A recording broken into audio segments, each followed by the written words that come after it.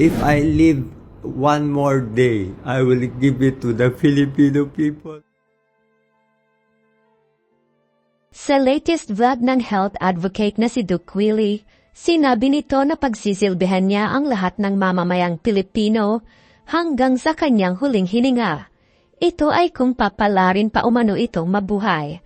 Mangiyak-ngiyak pa nitong isinasalaysay at hiniling sa Diyos pati na ang kanyang asawa na kahit humantong na lang siya sa koma, huwag na lang muna siyang lagutan ng hininga. Sabi nga ni Doc Lisa, kubain muna kami, Lord. Ikuba muna kami. Magulang pa kayo. Matatandang binigyan na siya ng taning na hanggang 2 o 3 buwan ng doktor. Nais pang mabuhay ni Doc Willie upang makapagsilbi sa mamamayang Pilipino dahil mahal na mahal niya raw ang mga ito. Mahal na mahal na mahal na mahal na mahal na mahal na mahal na mahal ko kayo po lahat. Hindi rin napigilan ni Doc Willie na maglabas ng sama ng loob sa mga korap na mga politiko sa Pilipinas. Hindi na raw siya ang dating si Doc Willie na tahimik lang at duwag. Binago raw siya umano ng kanyang sakit. Naging mas malakas siya, palaban at masama. Pero mabait umano pa rin daw siya. Isa rin sa mga nabanggit nito ang tanong ng netizen, kung bakit umano siya nagkasakit sa kabila ng pagbibigay nito ng mga tips sa mga tao ukol sa mga sakit ng katawan.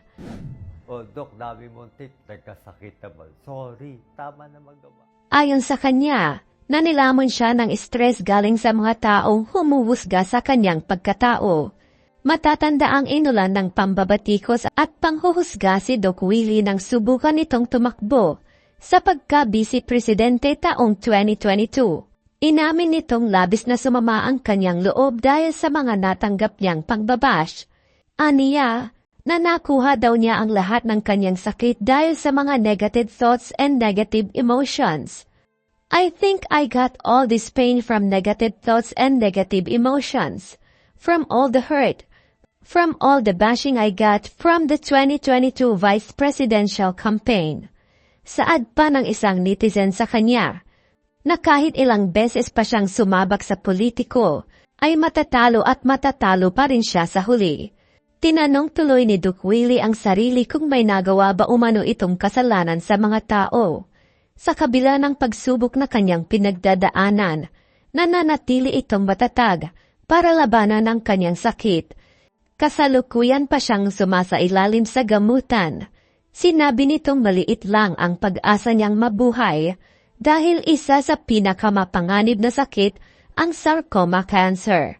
Ngunit kahit nasa peligro ang buhay ni Doc Willie, nagbigay ito ng habilin sa publiko.